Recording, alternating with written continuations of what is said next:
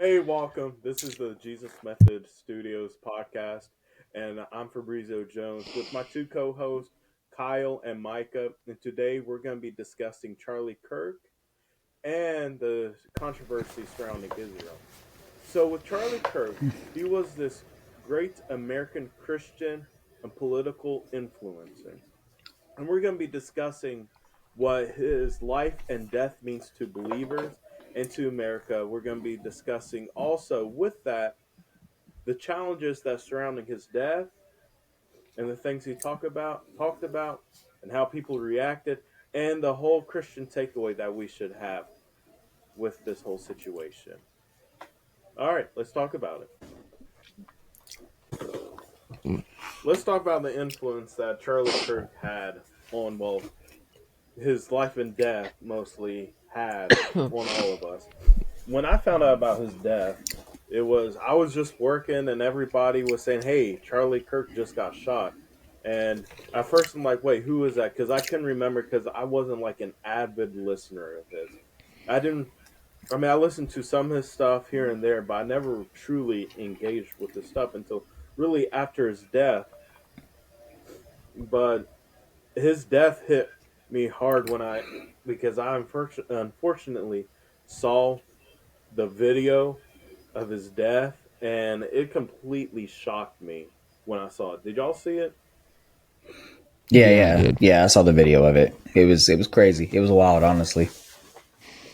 Yeah, and it broke me a little bit. Like his death changed my life, honestly, because with his influence, like he sat down with people and he just had conversations. Sometimes they were respectful, civic kind of conversation, civil conversations, and sometimes I'm sure they got heated and everything. But he literally his thing that he was known for was sitting down and talking with all kinds of people from different backgrounds, and that's something as American people that we inspire to able to have dialogue with one another.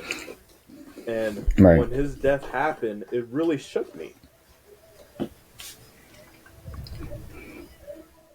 Yeah. So I mean, I guess for me, looking at it, like I'm kind of like on board with you. Looking at it, I didn't really know who he was. A whole bunch. I mean, I knew about him being the head of Turning Point USA. I saw a couple of videos on like YouTube of like shorts, or I would see people like talking bad about his political views and stuff like that. But I didn't really ever look too much into his videos until recently, just to see what he was talking about, to see like with what everybody was saying, whichever side you fell on was true or not, right? But for me, I didn't really pay attention to him.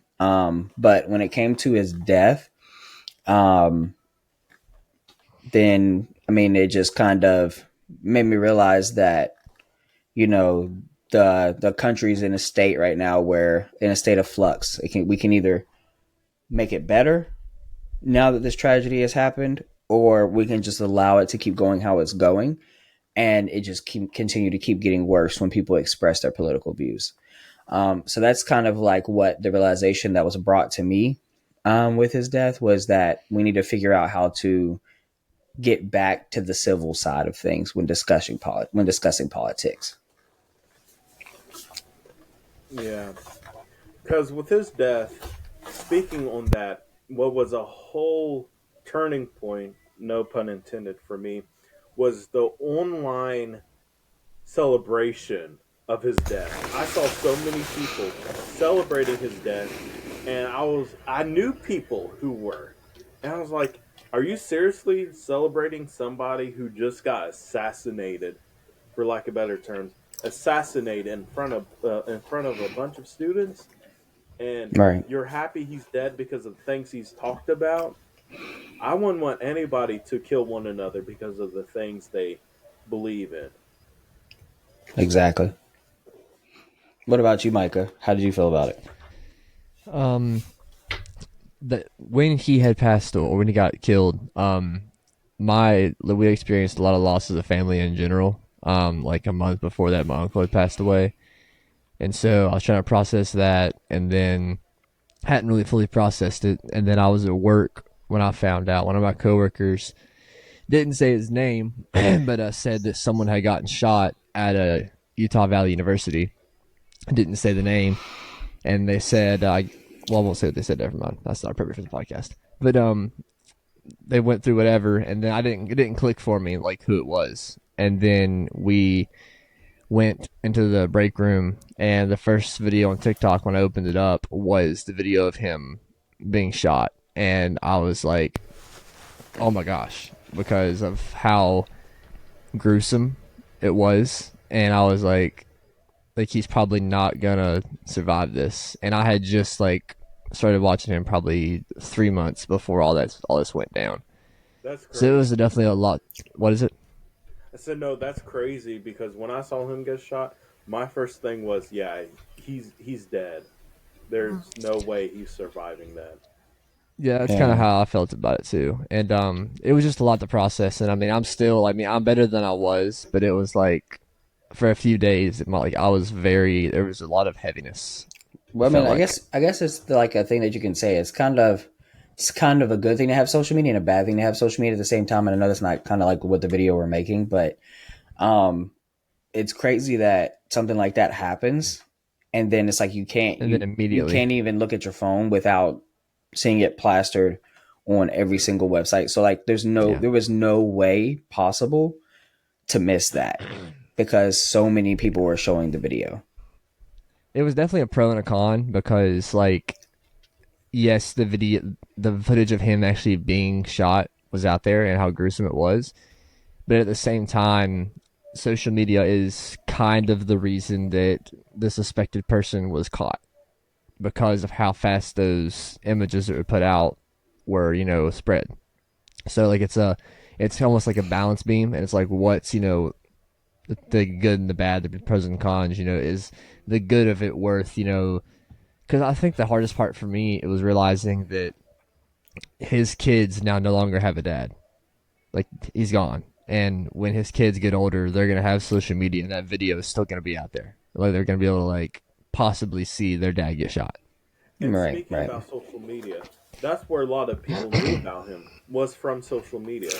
He was a guy Yep. who sat in that chair at that table and spoke with others. And that's what a lot of people were happy about his death is because they saw the things he posted online. And online is such a we have that screen in front of us, so it's so easy for us to say whatever we want. People were calling him Yahtzee, the other word, um, racist, all kinds of things. And then A lot I, of narratives. yeah, a lot of narratives. And I looked into it and I'm like, well, first off, for the most part, they're just taking him out of context, without doubt. Like, they're taking him out of context. But what they were really upset about are things that I basically believed in. Abortion is evil and wrong. That's basically one of the major things was abortion. Uh, just not allowing Christianity culture to die off in America was another one. Second uh, Amendment issues and stuff like that. Stuff on transgenderism and all that, which people were upset about, and apparently the killer of Charlie Kirk was mad at him for was all Right. the LGBTQ stuff, the supposed killer.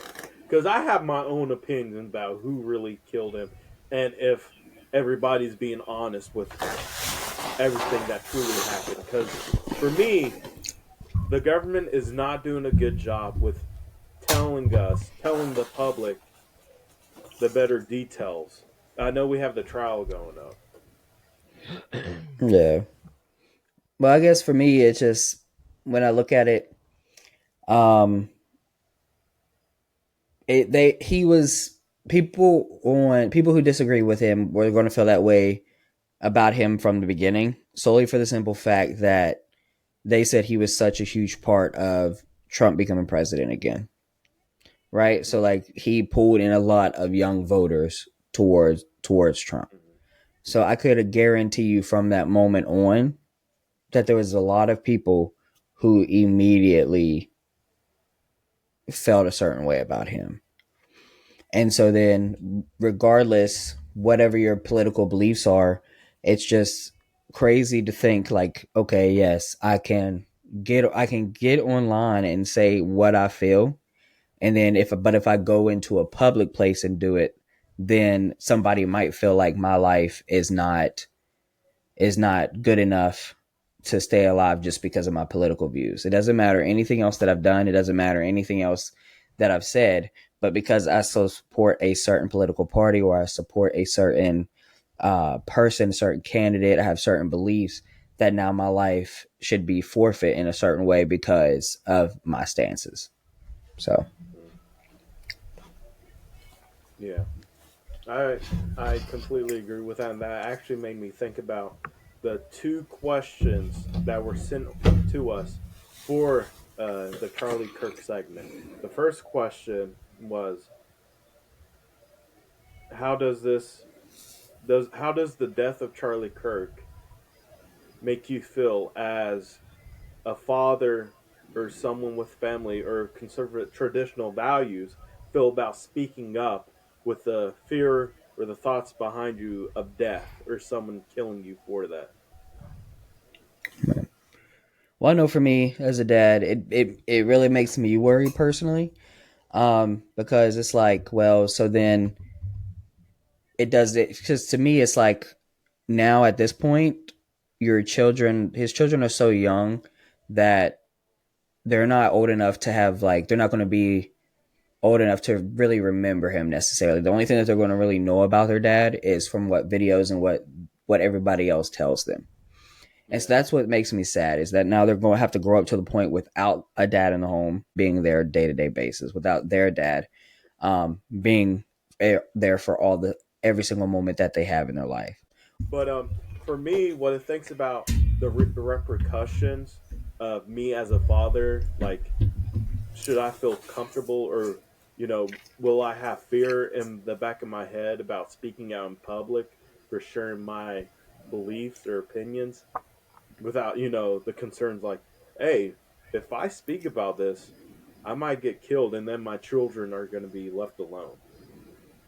And for Right. me, to answer that question, um, I, as a follower of Christ, we're already all are called to stand up for righteousness and stand up for the truth.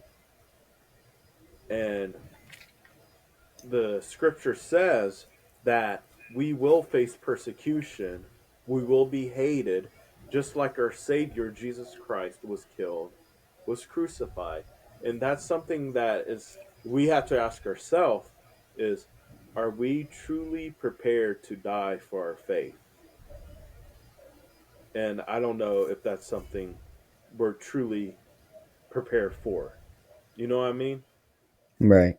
Because I mean, it's easy to say yes until it's right in front of you. You know what I mean?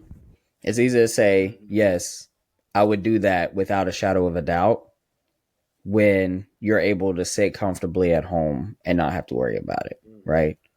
So, as me saying right here, I would say yes, but you never know until you've been put in those situations. Mm-hmm. I mean, it's just as simple as, what if God is leading me to just go outside into Walmart parking lot and start, sharing the gospel, and a group of people come up to me and say, "Hey, why are you sharing this, Unc?" I'm kidding, I'm not Unc.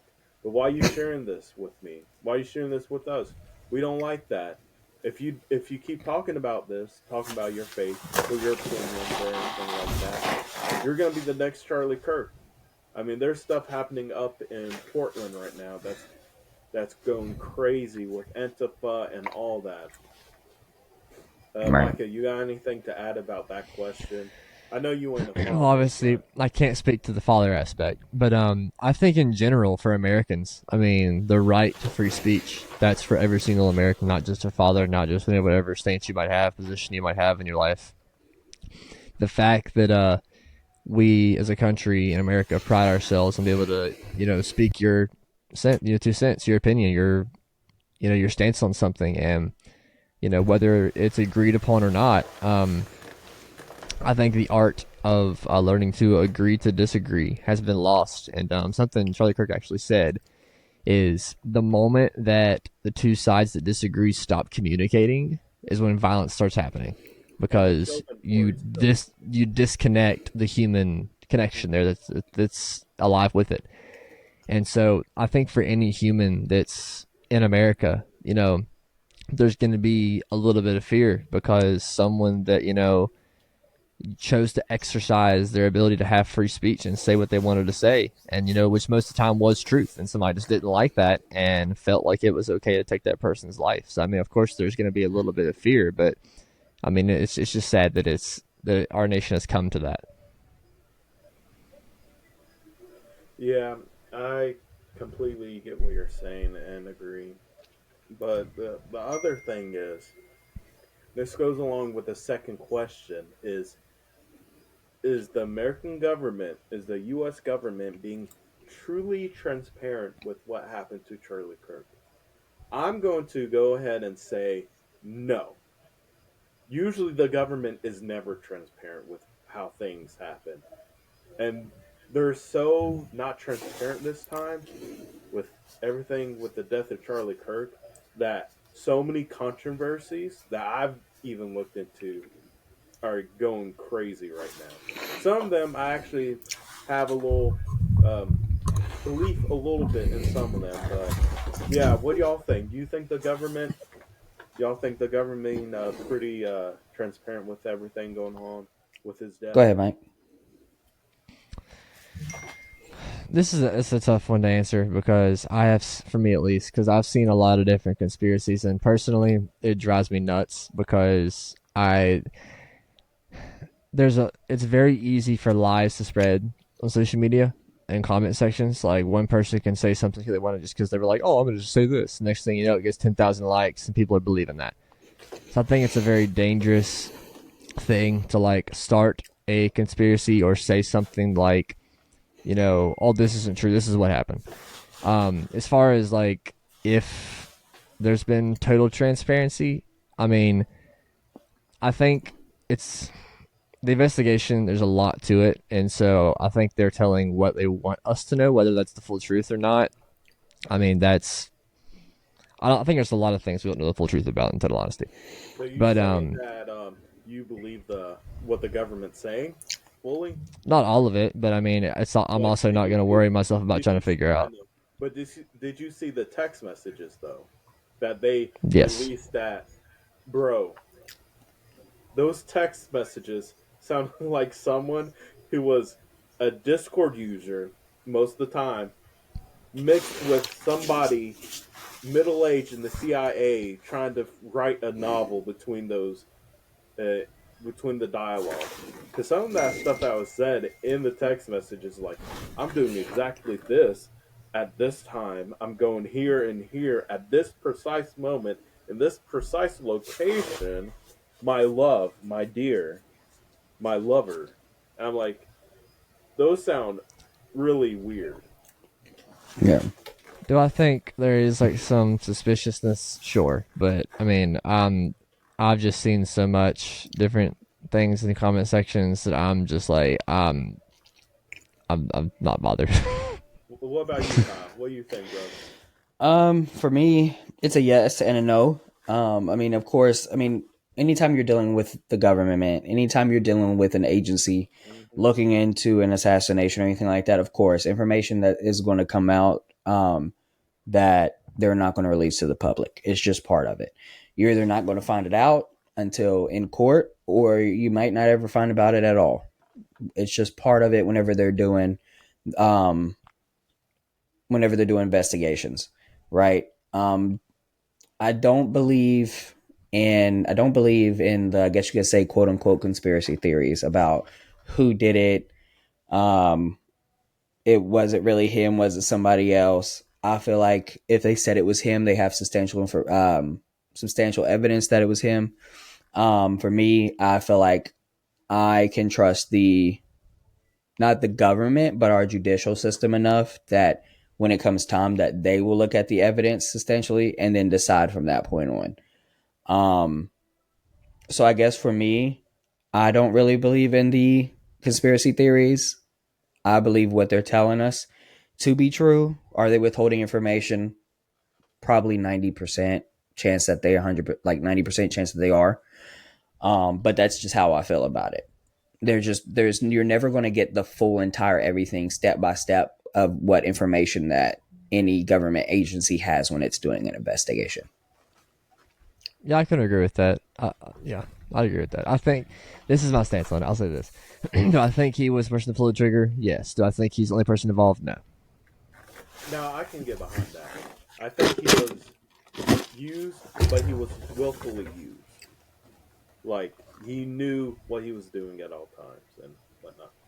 But what was so interesting, and this is one of the major conspiracies, because this government is tied into so many other conspiracy theories to JFK assassination, 9/11. It was just crazy. But